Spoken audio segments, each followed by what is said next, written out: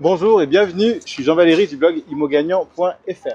Alors aujourd'hui est une vidéo particulière parce que j'ai la chance d'avoir un invité de marque, que j'estime un invité de marque, qui est Loïc Cardin. Donc Loïc Cardin est un investisseur immobilier, youtubeur également. Bonjour. Donc il a la chaîne Business Immobilier, donc c'est la chaîne YouTube, et il est également auteur du blog businessimmobilier.fr. Et donc j'ai la chance de faire une interview avec lui, c'est quelqu'un que j'apprécie, donc je souhaite vous présenter. Et donc on va rentrer dans le vif du sujet, mais juste après la citation Du jour. Exactement, citation inspirante.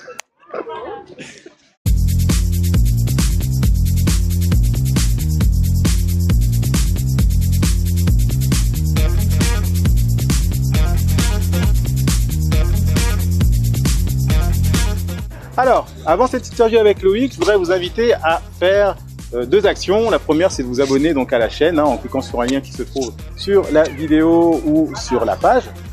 Donc chaîne YouTube ou sur la page Facebook. Et la deuxième chose, je vous invite à télécharger gratuitement votre cadeau de bienvenue, donc qui est mon étude de cas 2 immeubles en 3 mois. Donc vous cliquez sur un lien qui se trouve sur la page ou dans la description et je vous envoie tout ça dans votre adresse mail. Alors comme vous le voyez, aujourd'hui on a la chance, j'ai la chance d'être dans un cadre assez particulier parce que je suis sur Paris près de la Tour Eiffel, parce que Loïc et moi ce matin avons participé à une émission télé sur le logement, mais je vous en dirai un petit peu plus. On a eu la chance donc d'être invité et je vous en dirai un petit peu plus tard. Alors Loïc, bonjour. Bonjour, comment vas-tu Jean-Valéry? Ça va et toi? Nickel, moi comme il faut. Ravi de venir ici, je suis super content que tu m'aies invité sur ta chaîne aujourd'hui. Ça fait très plaisir. Et surtout bonjour à tous. Exactement, écoute, tout le plaisir est pour moi. Alors Loïc, je vais t'inviter à te présenter, de nous dire ce que tu fais, dans quoi tu as investi. Et surtout, je voudrais savoir depuis quand et qu'est-ce qui t'a donné envie d'investir dans l'immobilier? D'accord, ok, bah pas de problème, avec plaisir. Alors, moi je fais plusieurs choses différentes. J'ai effectivement le blog dont vous a parlé Jean-Valéry avant. J'ai aussi des magasins, je suis un petit peu multi-casquette. Et effectivement, pour parler plus précisément d'investissement immobilier, j'ai commencé à investir dans l'immobilier pour la première fois il y a 11 ans maintenant, à l'âge de 22 ans, mais plus dans une logique où j'avais pas, moi j'ai fait l'erreur de pas forcément me former avant d'investir. Alors même si j'ai pas fait de mauvaises opérations, j'avais pas forcément compris complètement comment gagner de l'argent dans l'immobilier. Et j'ai beaucoup travaillé. J'ai fait essentiellement de l'achat-revente au départ. J'ai fait trois résidences principales en achat-revente. Wow. Et en fait, les 2 premières fois, j'ai vraiment travaillé de A à Z, c'est-à-dire que j'ai aménagé des combles, j'ai fait des choses. Alors ça m'a permis de faire des très belles plus-values, d'apprendre aussi les travaux. C'est ce qui me permet aujourd'hui de pouvoir quand même déléguer assez facilement les travaux. Mais c'est vrai que la première fois que tu vas couper par exemple une charpente pour mettre un Velux alors que tu connais rien, voilà, j'avais aucune trouille, mais avec le recul maintenant c'était quand même spécial. Et voilà, donc du coup achat-revente, tu vois, sur des résidences principales. Et puis au fur et à mesure, finalement à discuter avec des gens qui faisaient aussi de l'investissement, à regarder des vidéos sur YouTube, etc. Je suis arrivé à dire finalement il n'y a pas que en faisant de l'achat-revente que tu peux gagner, il n'y a pas que en faisant des coups, tu peux gagner sur du plus long terme. C'est là où je suis arrivé en fait à la location meublée, puis à la location saisonnière. Et aujourd'hui c'est vrai que j'investis plutôt en location saisonnière quand j'achète un nouvel appartement. D'accord. Disons alors, c'est intéressant ce que tu dis. Donc je vois que tu as commencé quand tu avais 22 ans. Oui, tout à fait. D'accord. C'est très intéressant parce qu'il n'y a pas beaucoup de gens qui investissent forcément très tôt. Il y en a quelques-uns, mais ce n'est pas la majeure partie donc des gens. Donc moi, ma première question, parce que je sais que pour investir dans l'immobilier, parfois on a un blocage qui est souvent la peur. Tout à fait. Et moi, ce que je voudrais savoir, c'est qu'est-ce qui donne envie à un jeune de 22 ans d'investir dans l'immobilier? Alors, c'était pas forcément la meilleure des motivations. Enfin, tout du moins aujourd'hui avec le recul, je me dis que c'était pas la meilleure. Mais en tout cas, si tu veux, moi je voulais gagner de l'argent tout simplement. Et donc gagner de l'argent, effectivement, par le boulot, il y avait une manière de faire. Mais je me suis dit, par une résidence principale, on peut aussi gagner de l'argent, donc faire un produit, acheter un produit pas trop cher, le rénover et le revendre plus cher et encaisser une plus-value entre deux. Et la première motivation, très sincèrement, c'était l'argent, même à 22 ans, tu vois.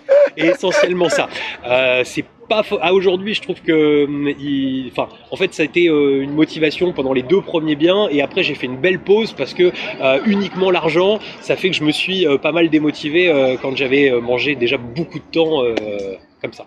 Bref. D'accord. Bon, bah, très bien Loïc. Alors, lorsqu'on investit dans l'immobilier, bon, il y a plusieurs niches, hein. On peut faire des immeubles de rapport, la colocation, la location courte durée, et donc c'est ce que tu fais. Pourquoi tu as choisi la location courte durée?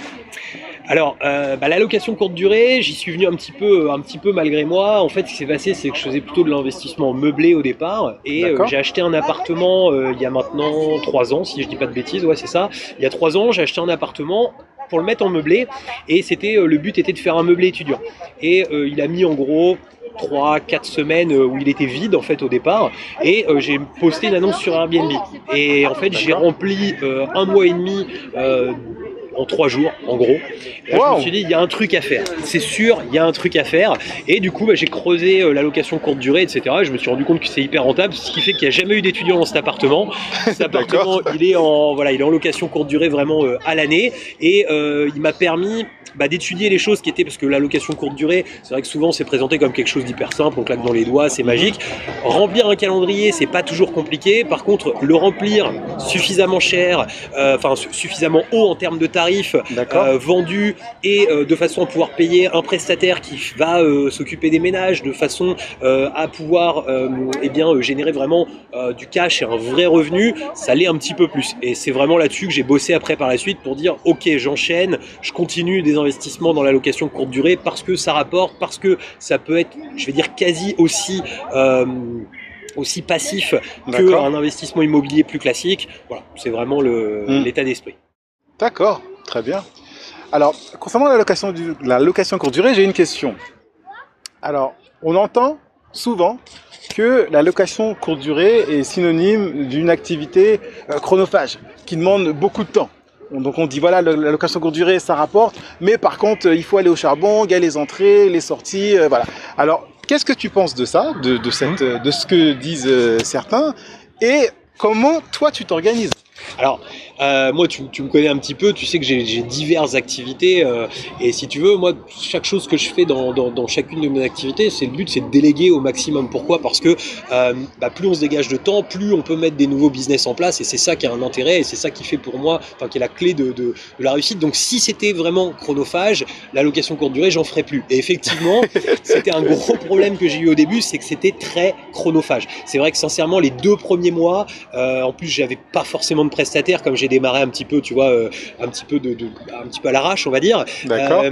Et du coup, j'ai fait plusieurs fois des ménages dans l'appartement, plusieurs fois des entrées, etc. Des fois, j'avais du monde pour s'en occuper, des fois, j'en avais pas. Et là, très sincèrement, c'est une galère. Et si t'es pas un minimum organisé au départ, je déconseille même la location courte durée. Ça va pas dans le sens de ma chaîne, mais je trouve que si c'est pas structuré, tu vas le faire pendant 6 mois, tu vas le faire pendant 1 an, mais à un moment, tu vas péter les plombs. Et si en plus, tu travailles à côté, le soir à 18h, 19h, aller remettre des clés, faire un ménage, changer des draps, c'est pas possible. Chacun son job. Il y a des gens qui le font vraiment hyper bien en plus, hein. Maintenant tu as beaucoup de sociétés, beaucoup de prestataires qui sont spécialisés là-dedans.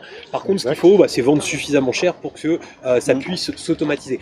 Aujourd'hui, je dirais que gérer 3 appartements en location courte durée, c'est moins d'1 heure par semaine, donc ça reste tout à fait raisonnable, un petit peu plus que quand tu as une maison par exemple avec une famille qui est installée depuis 15 ans dedans en location. Exact. Ça c'est sûr, c'est sûr. Mais le cash flow est pas du tout le même arrivé à la fin du mois par rapport à un produit qui sera investi de manière plus classique.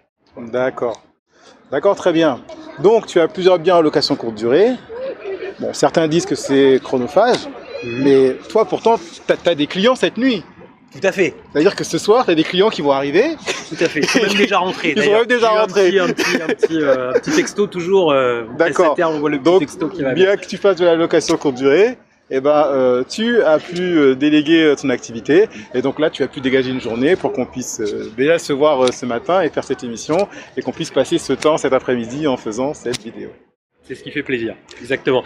D'ailleurs, si je peux me permettre un dernier petit point sur la location courte durée, je pense que la location courte durée, c'est par contre un excellent moteur pour pouvoir démarrer l'investissement immobilier, parce que c'est vrai que quelqu'un qui a un beau dossier pour la banque va pouvoir aller chercher un immeuble de rapport, montrer à la banque qu'elle est tout à fait capable de faire, mais par contre, quelqu'un qui a un dossier un petit peu plus compliqué, le fait d'acheter par exemple un studio et de l'exploiter en courte durée, ça va montrer à la banque en fait qu'on sait faire de manière encore plus simple, puisque si on dégage 800 ou 900 euros de cash flow sur un premier investissement, bah forcément la banque sera plus ouverte à nous laisser enchaîner par la suite. D'accord. Et justement, bah là, pour terminer, quel conseil tu donnerais, voilà, si par exemple dans ce qui nous regarde, il y a une personne qui souhaite investir en location courte durée, quel conseil tu lui donnerais? Alors pour investir en location courte durée, moi je conseillerais plutôt de choisir des lieux qui ne sont pas à vocation réellement saisonnière. C'est-à-dire que finalement aujourd'hui, tu es mieux d'investir dans une grande ville que d'investir par exemple un bien qui soit par exemple à la mer, où tu vas te dire bah tiens ça pourrait être sympa parce que si j'investis à la mer, je pourrais peut-être y aller un coup de temps en temps et puis je pourrais peut-être... Non. Une location courte durée, ça s'étudie à l'année avec du chiffre qui rentre à l'année de manière à te générer de l'argent à l'année, et c'est avec cet argent que tu pourras louer ailleurs, tu pourras partir où tu en as envie, tu ne seras pas bloqué, parce que si tu es dans un endroit qui est simplement touristique, une partie de l'année tu vas faire beaucoup de chiffres sur les 2 mois d'été. Quand on va te présenter ces chiffres-là, tu vas te dire formidable, c'est super, c'est l'endroit qu'il faut, mais pendant les mois d'hiver tu vas un petit peu plus galérer et c'est pas le but. Quand tu es dans une grande ville, aujourd'hui ça remplit 365 jours par an, tu vas avoir juste quelques nuits de vide et c'est ça qui va être formidable. D'accord. Vraiment, merci beaucoup Loïc pour ces informations précieuses. Donc, vous qui regardez la vidéo, si vous souhaitez en savoir plus, je vous invite vraiment à aller vous abonner tout de suite sur sa chaîne. Donc, c'est Business Immobilier, donc, et le blog businessimmobilier.fr. Vous allez avoir beaucoup d'informations intéressantes. Moi, je suis abonné à sa chaîne depuis plusieurs mois déjà. Ça fait on s'envoie plusieurs mails depuis plusieurs mois. Et je vous invite vraiment à y aller parce que vous allez découvrir des pépites. Donc, si c'est un sujet qui vous intéresse, vraiment, allez sur la chaîne businessimmobilier.fr. Je te remercie, là, tu l'as fait au top. Là, je pense que vous n'avez plus le choix, faut y aller. Super. Donc voilà. Donc voilà, dernière chose, merci d'avoir visionné cette vidéo jusqu'au bout. N'hésitez pas, si vous avez des commentaires, n'hésitez pas à les mettre en dessous la vidéo si vous avez des questions, ou si vous avez des questions plus précisément sur la location courte durée, vous pouvez même aller les mettre sur businessimmobilier.fr. Si vous avez aimé la vidéo, likez-la. N'oubliez pas de vous abonner si vous ne l'avez pas encore fait. Et si vous pensez que cette vidéo peut plaire, pourrait servir à un membre de votre famille, à un ami, n'hésitez pas à la partager.